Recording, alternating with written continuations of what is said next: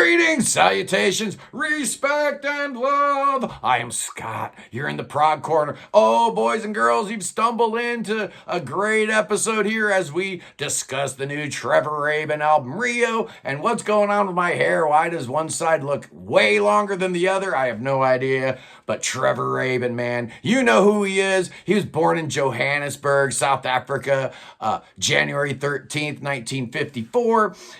He was always a musical kind of chap, so back in 72, he joined this band called Rabbit, and they went on to become big superstars in South Africa with a ginormous hit in 1976 called Charlie.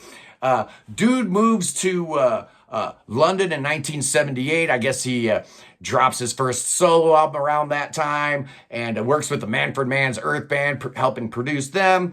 And then he had the confidence and the wherewithal to move to Los Angeles in 1981, where he meets up with Phil Carson, the A&R guy from Atlantic, who's busily trying to put together the next supergroup. This was the era where all these nascent little bands were, trying to form in the wake of Yes breaking up and King Crimson in UK. So all these different moving pieces, and somehow Trevor Rabin gets in the mix, and he meets up with Alan White and Chris Squire. He decides that his fourth solo album is going to be put on hold because he just wanted to work with a rhythm section that good. Who could blame him, man? So he joins Yes. And the rest, as they say, is history. Let's look at his solo career. So far, this one here, Rio, is his sixth album. A lot of people are saying, it's his first solo album in 34 years, man. Don't believe the hype. Jacaranda came out in 2012. That doesn't count because there's no vocals on it. I don't understand. Anyway, like I said, his first album came out in 77. It was reissued in 78, called Beginnings. And then the following year, 1979, he puts out his Face to Face LP with Dave Maddox on drums. Man, that guy's good. 1981, he puts out Wolf. Here we have Jack Bruce, Simon Phillip, and Manfred Mann appearing on it. Very cool. And then once he's in Yes, he puts out his fourth solo album in 1989, Can't Look Away. Lou Molina and Alan White both play drums on that album.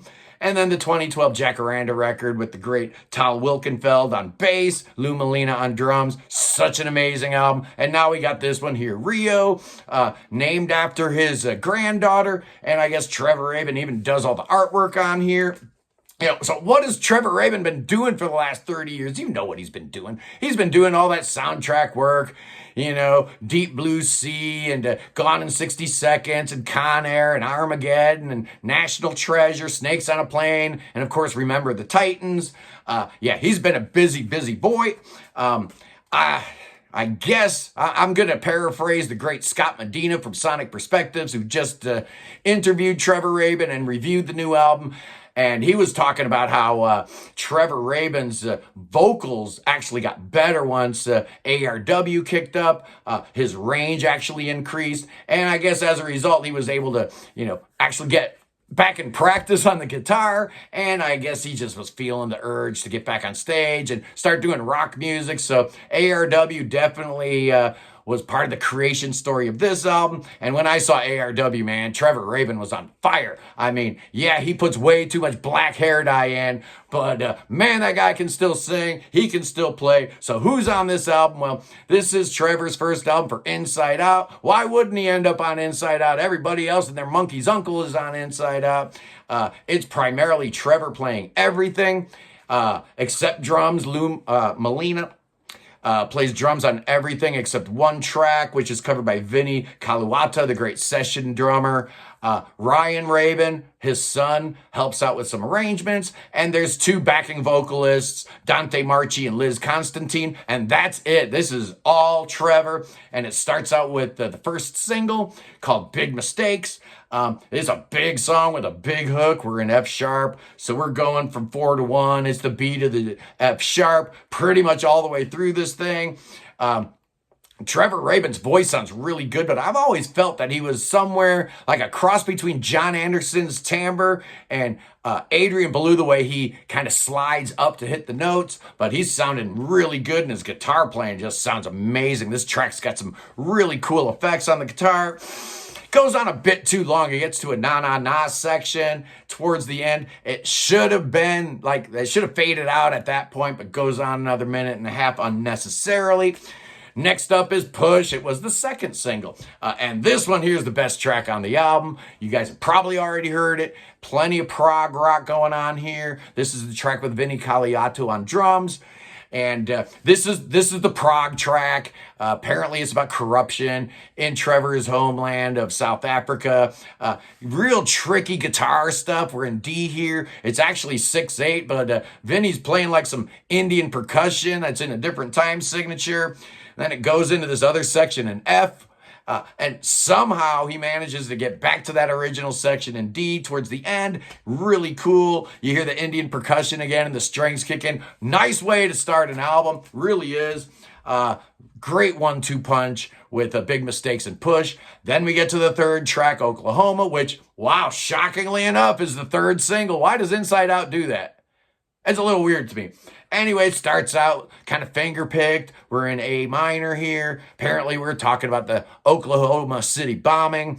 And somehow Trevor shows off his compositional skills and does some real tricky tonal shifts here. And now we're in C sharp. And the song begins in earnest with a 4-1-5 that goes all the way through the rest of the song. Halfway through, he does another little tonal shift, and we go back to the 4-1-5, but now we're in G. I mean, this song is just bonkers. He's just showing off his compositional skills, and he's showing off his vocal chops, man, because when you modulate to a different key signature that's that far away from your original one, it's going to put a little strain on the vocal cords, and I don't even hear it. It's awesome. He's really, really powerful here. Next up is Paradise. This is the longest song on the album, and I really don't know why. It's all right. It's kind of a mid-tempo rocker, little shuffle beat, little robot voice going on. Even in the robot voicings, man, there's so much detail, so much attention to every little minor detail that it's really impressive. I think this song is about his adoptive home of LA. It is too long. It goes on too long. It's a decent little track, but it is absolutely saved by the last 60 seconds where it gets into like this jazz lounge kind of thing. You know, it's pretty awesome.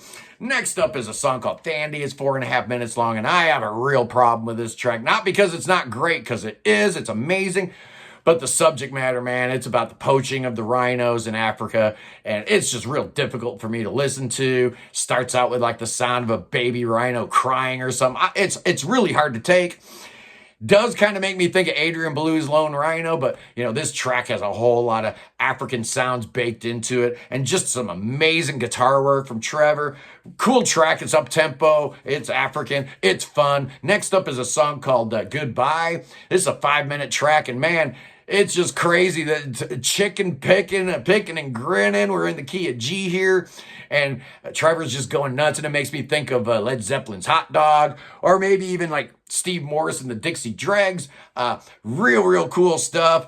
But then you get this ginormous chorus, which is basically just 6-1, real basic 2-chord chorus, but it sounds amazing. It's so great. And then we get back in the chicken picking section, and towards the end of the song, you hear a little Farfisa organ come up and buried in the back of the mix. Really cool. Like this track a lot. Next up is a 4-minute track called Tumbleweeds, and it sounds like I just wandered into a Moon Safari recording session with all the vocal harmonies splattered all over the first 2 minutes of this track. Really cool. Once the song gets going, it's kind of a soothing, mellow kind of track. It's nice. It's given me, you know, kind of like a slightly jazzy feel. I dig it. But the best part of this song is the end where Trevor plays that vocal line on his guitar at the end. It's actually a really cool thing. I love it. Next up is These Tears. It's like 5 minutes and 20 seconds. And this one here is kind of the Peter Gabriel song. It's giving me all kinds of Peter Gabriel vibes. It's like a song about lost love or something, but he keeps the lyrics fairly interesting. These tears, they fall on you, which is cool. It's a little double entendre. Yeah, they're falling on you physically, but hey, it's on you that I'm feeling this way. How dare you break my heart, you little... Oh! Anyway, Trevor sings in falsetto a bunch on this song, and his voice is really, really good. Great atmospherics on this track. I love it. Next up is Goalie, which I guess is Afrikaans for the city of Johannesburg, where Trevor Rabin was born and raised. You got a real cool African guitar figure, and then the bass comes in doing some real neat stuff in opposition. Then the keyboard comes in doing some other stuff on top of it, and then Trevor starts singing. Very Afrikaans sounding, but very cool. You get a yes-like chorus on this thing, which is, halfway through, I'm like, hey, where's John Anderson and Chris Squire, man? You almost expect those two guys to jump in and harmonize with them. Yeah, this is maybe the Paul Simon song. Yeah, he wished a song this good was on Graceland. And finally, the last song on the album is called Toxic. This is like a bar band song. It's a blues rock thing. It's all right. It's an A. And there's a lot of detailed vocal tracking all through this thing. Don't be fooled. It sounds like a real simple song, but there's a lot of real neat little nooks and crannies going on here. It's quirky, yet it's really straightforward, which is kind of Trevor Rabin's modus operandi. You listen to his music, and a lot of times it sounds real basic and simple, but then you dig a little deeper, and there's a lot of stuff going on. This is a really cool book-ended track. You got Big Mistakes at the front end, Toxic at the back end, and all the way through you get some amazing guitar work from Trevor Rabin. This track is great. What a cool way to end the album. And yeah, I like this thing a lot, man. I wasn't 100% sure how I was going to feel about it because, as you guys probably know, I'm more of a Steve Howe guy than a Trevor Rabin guy. But I'm telling you here, right here today, boys and girls, Trevor Rabin's playing so much better than Steve Howe is. It's not even close. I mean, back in the day, it was close.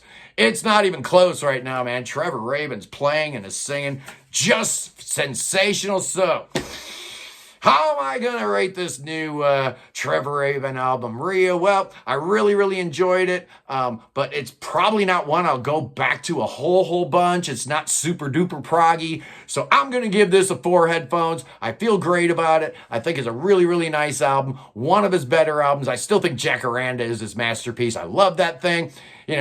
No offense to Trevor's voice. I just thought that was a fabulous record. Anyway, I am Scott. Tomorrow, oh man, it's going to be good. We're going to be talking to Ted Leonard and John Bagel from Pattern Seeking Animals as they prepare to drop their 4th album, Spooky Action at a Distance. I've had that record for about a month now, and I love it. Anyway, so that's going to be a lot of fun. Stick around for that. Anyway, I love you. Peace in the Middle East. Free Tibet. And God save the king. Save that king. Save that sucker. Yes, indeed. He needs your saving. And you know who else does? That Queen Camilla, that Queen consort. Save her too. I'll see you guys soon. Peace.